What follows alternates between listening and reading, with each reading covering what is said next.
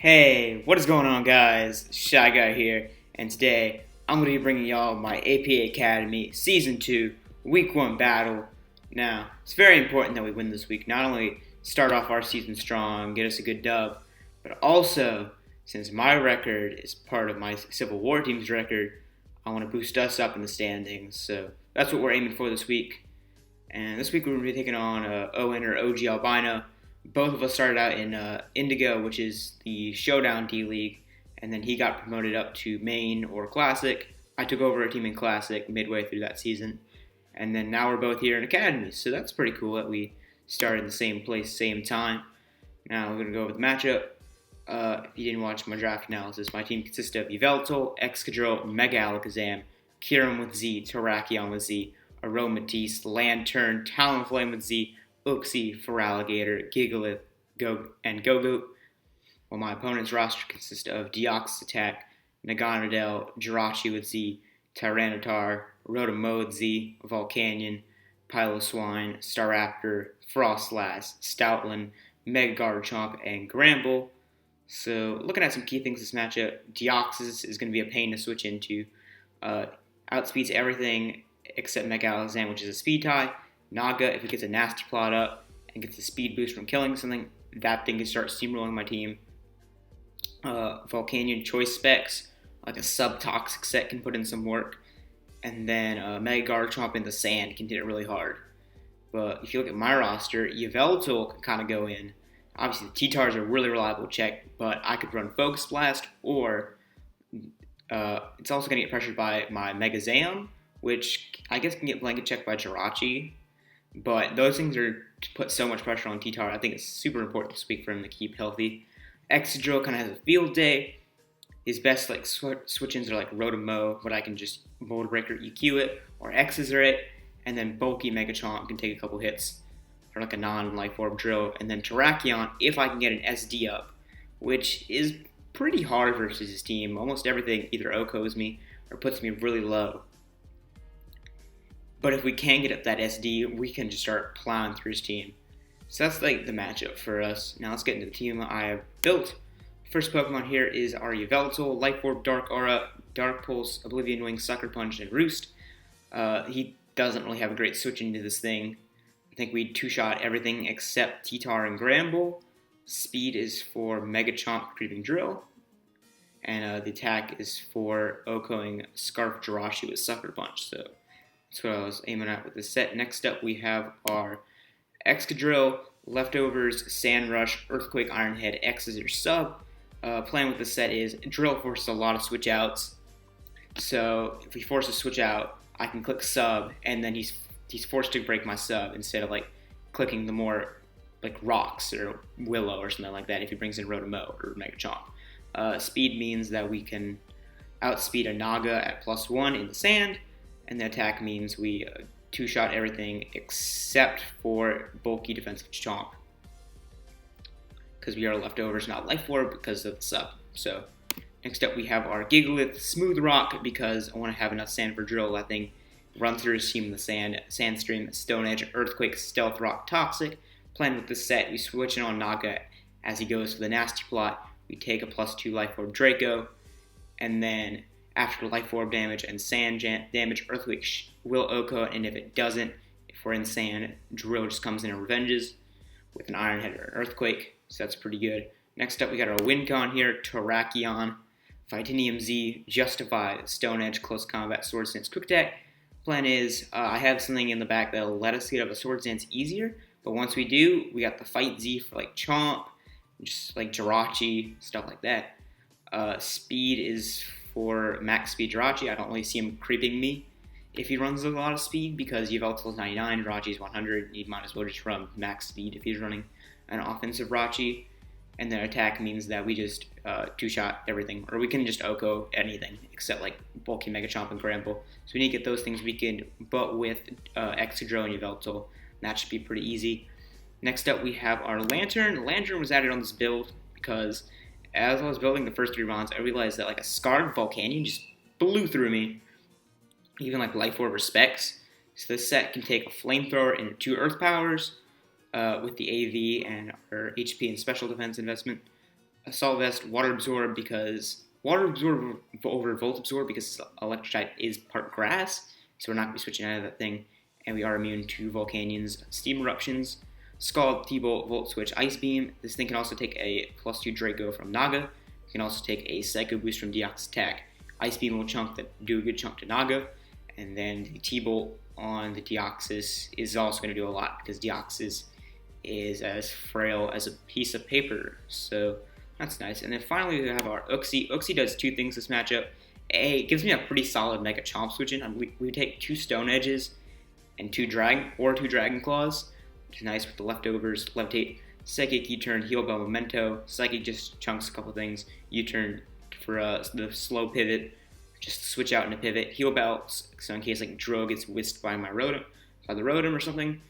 Alright, something that's toxic. I don't want it to get toxic, I just heal it off. And then Memento is really nice for Terrakion. I just Memento something, and then Terrakion gets that SD up.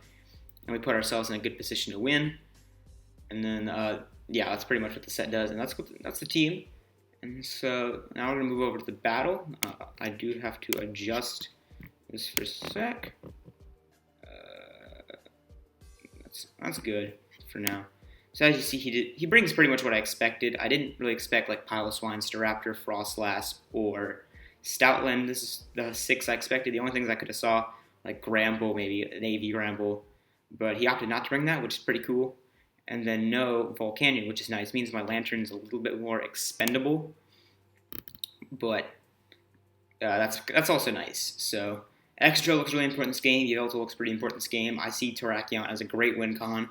Once that Chomp's weakened, once I get rid of the Naga, if I find out it's Scarfer, that should be good. And before we go into what I was thinking at leads, I want to shout out Dai for genning my team, and shout outs to Kohan for recording my game. Fortunately, game does not have the game and attack animations, but what can you do? Well, I was the one who recorded it. But I'm really thankful for Kohan for recording the game, because then I wouldn't have this upload up. So that's what I was thinking. Now, going into leads, I thought Extra had a pretty good lead over Rachi and Titar. He could have led Chomp and got his rocks up, and if he did that, I'd instantly have to go into my Uxie, and that would have been pretty bad. But I felt that Drill was a pretty solid lead overall, and Jiraiya's always a good lead because it's either Scarf and it could just U-turn out, or he could just go for his rocks and just see what's going on. And so we're going to start the battle now. We're being challenged by Pokemon Trainer Owen, and we're going to lead off with our Excadrill. Jacob the Excadrill. He's going to bring in Golden Experience. That's probably cut off. And the Jirachi. So we got that lead right. I didn't think he'd stay in fearing Scarf, or if he was Scarf, he wouldn't stay in, so he just U-turns out. As I go for the sub, as he brings in, I'm guessing his best checking thing was Rotom. Makes sense. Resist Iron Head and immune Earthquake, especially since I know I'm not a Mold Breaker. So he get a sub up. Now he's forced to break that with Leaf Storm. Can't Wisp me. As I'm going to fire off an X-Scissor, and that's going to do a bit over half, which is great. He's going to go for the Leaf Storm and break my sub, but his special attack's going to drop. I couldn't go for another sub because I don't think he breaks it, and I don't want to be like subs. I don't want to like click sub again, risk something. So I just go for another X-Scissor here, and we are going to be able to take out this Rotom, which is great. No Whisk can be flying at me today. I think we can get leftovers health, and we're getting pretty healthy. Now he goes into the Mega Chomp, which I'm instantly threatened out by. Don't want to lose my Drill. So we switch out into our Uxie, as he's going to stay in his regular form and get the rocks up, which is going to be pretty annoying, but I didn't want to risk my Excadrill right there. Now, I didn't think he'd stay in here because he doesn't do much to me, so I'm just going to go for the U-turn. He's going to go back into his Rachi. I go into Excadrill here, which I probably should have just gone into Yveltal and just started clicking Dark Pulse, but I don't know. I thought Excadrill was a good play, maybe. Figured out what his moveset was, what he got. We're going to a little bit of leftovers, so we take rocks. He's going to fire off a Drain Punch, which is going to do a really big chunk to us. It's actually going to two-shot us. It's put him back all the way back up to full, and we're going to fire off an Earthquake, which he lives on a tiny little sliver. Now I'm going to go into my Yveltal, knowing that we can pretty much eat a Drain Punch. And that we should be good. We are going to take rocks, but I think we're still above half after the Drain Punch. We're going to get our Dark Aura off. He's going to fling off the Drain Punch, and we are going to stay above half. He's going to have a little bit more health left. Now I stay in and go for a Roost. He's predicting him to switch, but he's not Scarf. He goes to the Iron Head, gets the flinch, Just means my Yveltal is a little bit less healthy. I go for the Sucker Punch, now I'm going to play around this thing, and we are able to get rid of the Jirachi.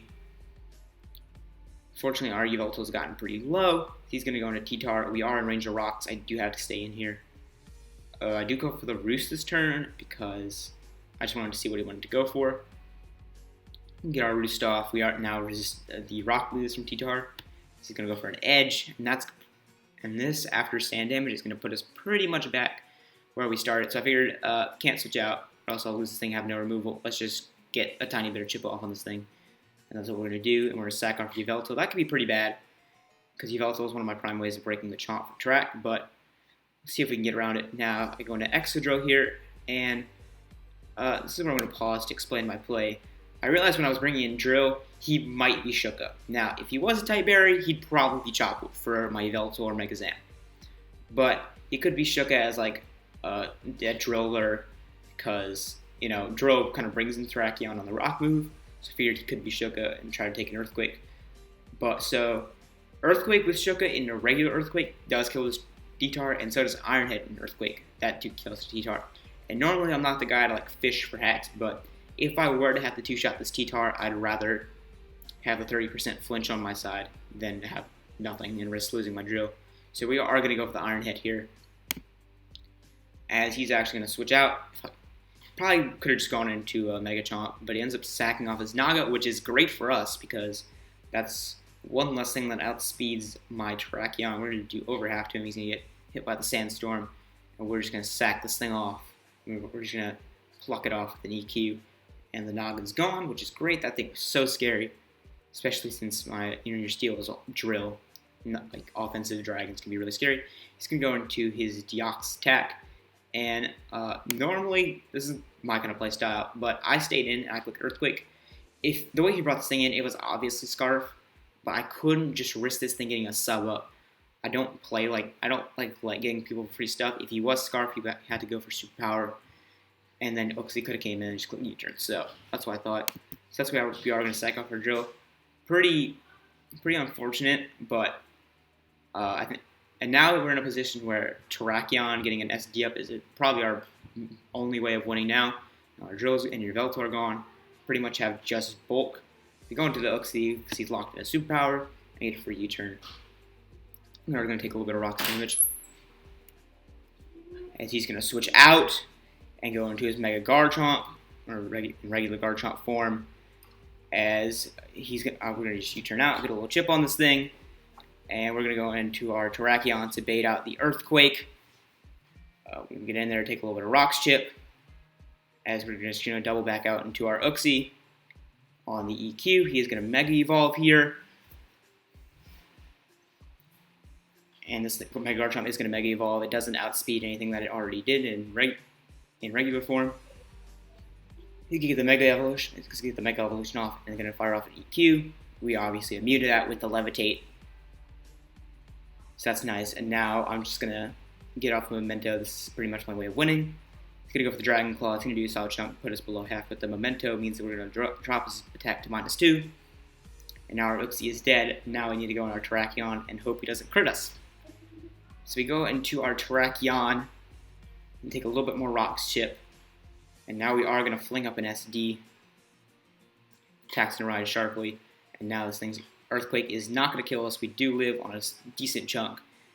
And now we're going to fire off our all-out pummeling Z, which is nice. Fortunately, no cool battle animations, but we do just bop this Mega Garchomp. Crit didn't matter. And now he brings in the Deoxys attack, hoping that I don't have Quick Attack. But we do have the Quick Attack, which is nice. And we are just going to be able to Quick Bop this thing. Like I said, Deoxys attack is as frail as a piece of paper. It's going to drop, and now all he has left is the T-Tar. Even if he's Chopper, we still just bop that thing. And this is going to be game. So, GG to Owen. I thought this was a pretty fun game. I'm super happy that I was able to get a dub for the team, and super happy that Terrakion got to put in a lot of work. I love Terrakion. One of my favorite Pokemon. I like it more than a lot of like the higher tier stuff in Tier 1, like Coco and Steel. I just think it's so fun to use. And yeah, that's going to be our Week 1 game. Thank you guys so much for watching. If you enjoyed the video, give it a like. If you hated the video, give it a dislike. Any suggestions for the video or what you thought, post in the comments below. If you want to keep up with the season, subscribe. And that's going to be it from you guys. Thank you guys so much for watching. And I'm out of here. Bye.